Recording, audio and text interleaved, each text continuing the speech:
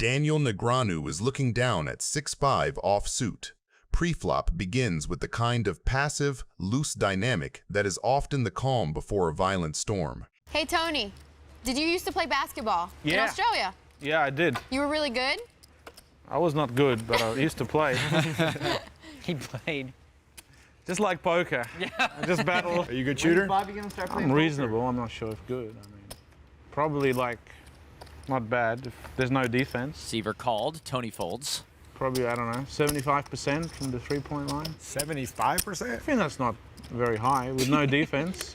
That's not high. From an NBA three or No, from the European three? Yeah. That's not high. In a game featuring aggressive pros, a 5-way limped pot is a rare occurrence, creating a family pot scenario where ranges are completely undefined. The flop falls, a texture that looks relatively harmless but is actually a powder keg. Cannon has flopped a massive bottom 2 pair, giving him a stranglehold on the board. The action checks around to Cannon, the last to act. He bets 3,000, a standard stab at the pot. While the others fold, Negreanu sees an opportunity. Sura folds. We go to a gym. Let's go to a gym. Let's bet. Bet. I smell a season 3 feature. And Negreanu will draw. We do, yeah, I'll bet the whole stack. I can do. We'll have 100 shots in 4 days' time. I got to make 70. 4 days. Seaver folds. 4 days, I'll tell you where. I'll bet the whole stack. What's wrong with right now? Need to... I've had a lot of vodka. He has flopped an open-ended straight draw, needing a 2 or a 7 to make a straight. Negreanu makes the call, floating the bet with the intention of either hitting his hand or outplaying Cannon on later streets. The turn brings the 4, a card that fundamentally changes the psychology of the hand. Structurally, it gives Cannon a full house, 4s full of 3s. However, from Negreanu's perspective, this is the perfect bluff card. Negreanu decides to represent the 4 himself. He leads out with a donk bet for 4,500. He is telling a story that he defended the blind with a 4 and has now turned trips. The river is the 8, a complete brick. Negreanu, committed to his story of having tripped 4s, decides to go for maximum value. He fires a massive bet of 16,500. He believes he has successfully polarized his range. Wow. Big blind, big blind, big blind, big blind, big blind. Since you've been so friendly about showing a card, I'm also going to show you one card. Okay? Let's see if this is the one. All right. Daniel shows a 5. You get one card and one card only. This is the moment Cannon has been waiting for. He springs the trap, raising to 61,500. The air instantly leaves the room for Negreanu. He is an expert hand reader, and he realizes the trap he has walked into. Oh, I should have literally... You can't raise. That's mean. 34%. Viffer's right to laugh. This is ridiculous. Cannon stacking chips. There's the raise. Oh, gross. What the hell is going on? To 61.5. That just made it all worth it, right there. Oh, hang on. Viffer, you agree, right? That was... The problem is I cannot call. So I have to fold. Another big pot for the Cannon. I had 6 high. Yeah, that's why you got to re-raise anyway. Come on. If you bluffed that. I know you didn't. I know you didn't. Well, he obviously didn't. He had 6 high beat, almost for sure. Daniel Negreanu is looking down on 6-5 of spades. He opens the suited connector because that's Negreanu's playground hand, cheap, connected, and live. Williams flatting the suited wheel ace is already a headache for anyone who c-bets too often. In position, deep, and with the ace of spades, he's got you in a leash if the board gets wet. Flop comes disaster for most ranges, but both players hit the spade. Negreanu has the baby flush, and does the thing he always does in these textures. Small c-bet to fold out air, tax the lone spade hands, and keep the initiative. From his chair, that bet looks profitable against a ton of single spade peels and random overcards that hate life. Williams just calls with the nut spade like he's ordering room service. Why raise when the guy with the microphone wants to keep talking? Let him. Turn is a brick that freezes almost nobody. Negreanu barrels bigger. That sizing is classic. I can still be the boss. Telling the table he can easily have the ace or king of spades, and that worse flushes should pay to see the river. Williams still doesn't accelerate. Flat again. That second call is a quiet message. Nothing you're repping scares me, and I'm not done letting you put money in for me. To Negreanu's eyes, that's a card that changes nothing. He is either the sole flush or Williams has him beat. For that reason, he slows down and bets only 6,000. Williams is not happy with and raises to 36,000, trying to juice his nut flush to the max. Much more? 30,000 more. Daniel calls and sees the terrible news. Welcome to my world. I had a flush too. We could have got it all in on the flop. Jesus.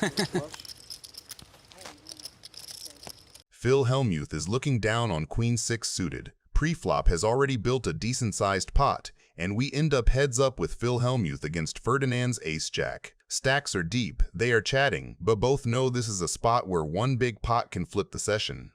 The flop comes paired rainbow. Ferdinand checks from out of position with what looks, on the surface, like top pair top kicker on a paired board.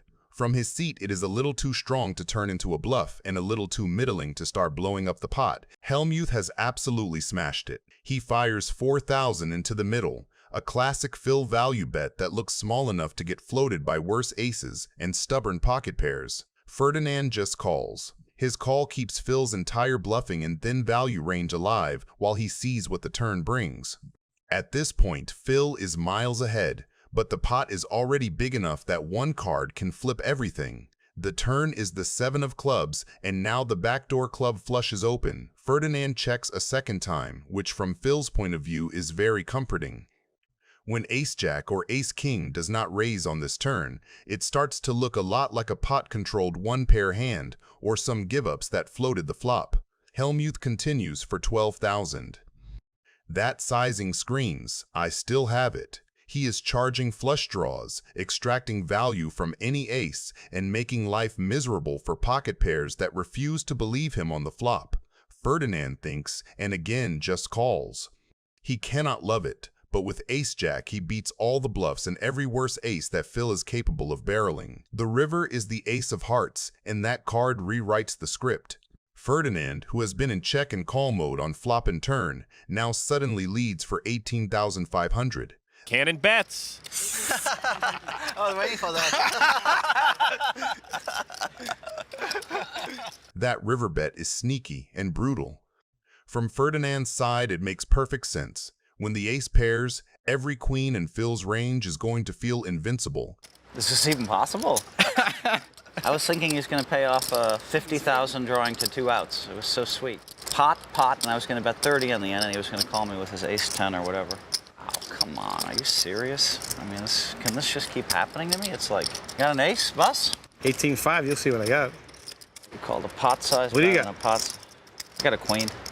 Phil calls. No stops today in the bus. Daniel Negreanu is looking down on Queen 10 offsuit. Let's do something fun. Let's just do that. You have position, you can't fold. His late position open sits squarely in a linear cutoff range. Scott defends the big blind with ace-9 offsuit, a textbook continue that dominates Negreanu and realizes well closing the action. Pony G move one time. Little dark fire. Because Negreanu bets in the dark, his $2,200 flop stab isn't tailored to the texture that appears. On this board, the big blinds defend has more one-pair coverage while the opener keeps the higher overpairs and sets, though those are a thin slice. By only calling, he keeps Negreanu's bluffs alive, protects his check range, and avoids isolating himself against better jacks and sets. I don't want to see it. Another 9. What is it? Tell me. The 9 of spades. Yes! Okay.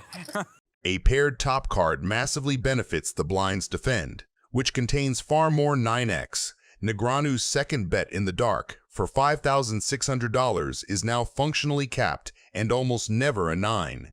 Yeah, see, that was stupid. Oh, brother. Kind of stupid of me to do that. I want to see the river. Show me a rabbit hunt. Daniel folds. Okay. Phew. No, I didn't. Phil Hellmuth is looking down at pocket tins.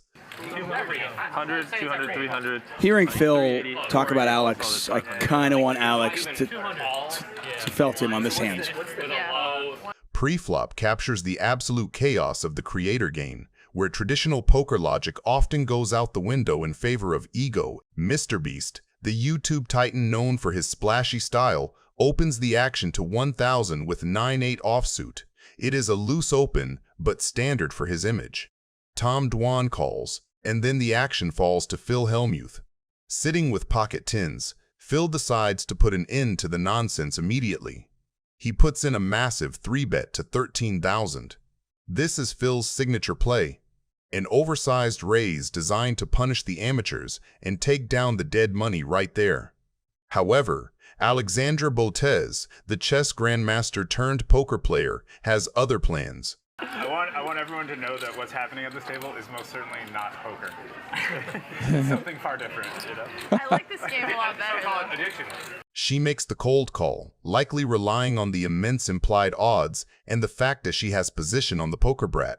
This sets off a chain reaction. Mr. Beast and Dwan both called a huge price, creating a bloated four-way pot of over 52,000 going to the flop. Phil Hellmuth is now trapped in a nightmare. He has built a massive pot with a medium pair.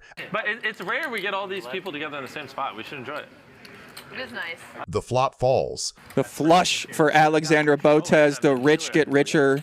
Hellmuth checks immediately. Phil's pocket tens have gone from a premium holding to a mere underpair. He is in survival mode, hoping to see a free turn card or get to a cheap showdown. Raise to 50. That is 50,000. You know, if you did like 20, I probably would have called, but have fun with that. Really? I thought you called everything. What'd you call 13,000 with this time? King, queen offsuit or some shit? Calm down. Run it out. Let me see it. Yeah, of course. Actually, I may have been too aggressive. That was my bad. What the fuck is going on here? I could watch this for like, I don't even know, a week straight. She's gonna give it all to me. What's she called with some bullshit hand? What do you think? But also, you were cool. Can I play behind? Vixen, our cowgirl over here, opens up to pocket kings. An extremely powerful hand that you want to 3-bet your opponents with.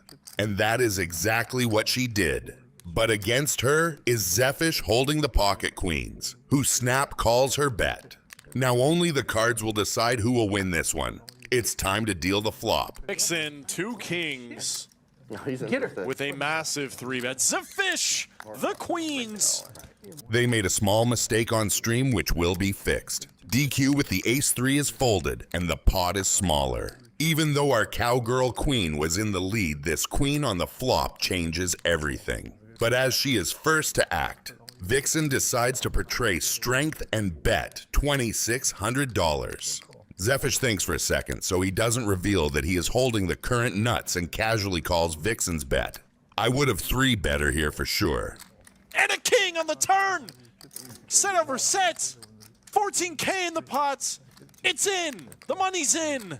That turn all but guarantees Vixen's win. Zephysh only out is to make quads, and as you can see, there is only 2% chance of that happening. Now Vixen has only one question, and that is, how much does she bet? She takes 39 seconds of thinking before going. There's the all-in Zephysh and a snap. What a disaster! $32,000 in the pot.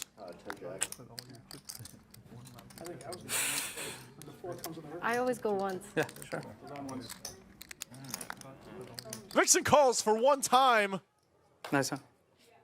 And the river breaks. Finishing a long video like this shows real dedication. Thank you. If you'd like to keep following along with the next videos, click the like and subscribe buttons. Selbst, sitting in the big blind, looks down at a pair of jacks, a strong but tricky hand in this scenario. Facing a raise and a 3-bet, she opts to flat call rather than 4-bet. While a 4-bet would help narrow the field and define her opponent's ranges, it could also bloat the pot and force her into tough post-flop spots if she's up against a hand like queens, kings, or aces. Her flat call allows her to control the pot size while disguising her hand strength, keeping her range wide enough to include potential traps. The flop lands Queen 2 Jack, and Selbst couldn't have asked for better. Her pair of jacks connects perfectly, giving her middle set and a commanding lead in the hand. Chen, holding ace-queen suited, flops top pair with backdoor flush and straight draws, making his hand strong but significantly vulnerable to Selbst's concealed strength. Selps leads out with 80,000 bet, a sizing that achieves multiple goals. It builds the pot while extracting value from weaker hands like top pair or speculative holdings with equity. Importantly, her bet disguises her hand's full strength. Opponents may interpret it as a standard value bet or even a semi-bluff. Chen, with top pair and additional equity from his backdoor draws, decides to call. From his perspective, Selp's range from the big blind could include hands like king-queen, queen-jack, or even bluffs, making a fold too conservative. The turn changes the dynamics of the hand with the 8 of diamonds, creating a more draw-heavy board. Selps still holds the lead with her set of jacks, but the new card introduces a flush draw and enhances the straight possibilities. She increases the pressure with a bet of 150,000. This bet is designed to charge draws like the nut flush and extract further value from hands like Chen's top pair. While the sizing is solid, Selps may have missed an opportunity to go larger, putting Chen to an even tougher decision. Chen's ace-queen suited improves with the nut flush draw, making his hand significantly stronger in terms of potential equity. He calls the 150,000, which is the correct decision based on the pot odds and his outs to the nut flush. By calling, Chen keeps the pot manageable while preserving his chance to improve on the river. The river delivers the 7, completing Chen's nut flush with ace-queen suited and spelling disaster for Selps. Unaware of Chen's exact holding but recognizing her set is still vulnerable, Selps decides to shove all in. However, this move is a misstep. The shove assumes Chen might fold marginal holdings, but his turn call strongly represents a flush, especially the nut flush. A smaller bet, or even a cautious check, could have limited Selps' losses given the dangerous board texture. Chen barely needs to think. With the nuts, his call is automatic. There's no possible hand on this board that can beat him. He confidently flips over his cards, claiming the massive pot, and leaving Selps regretting her river shove.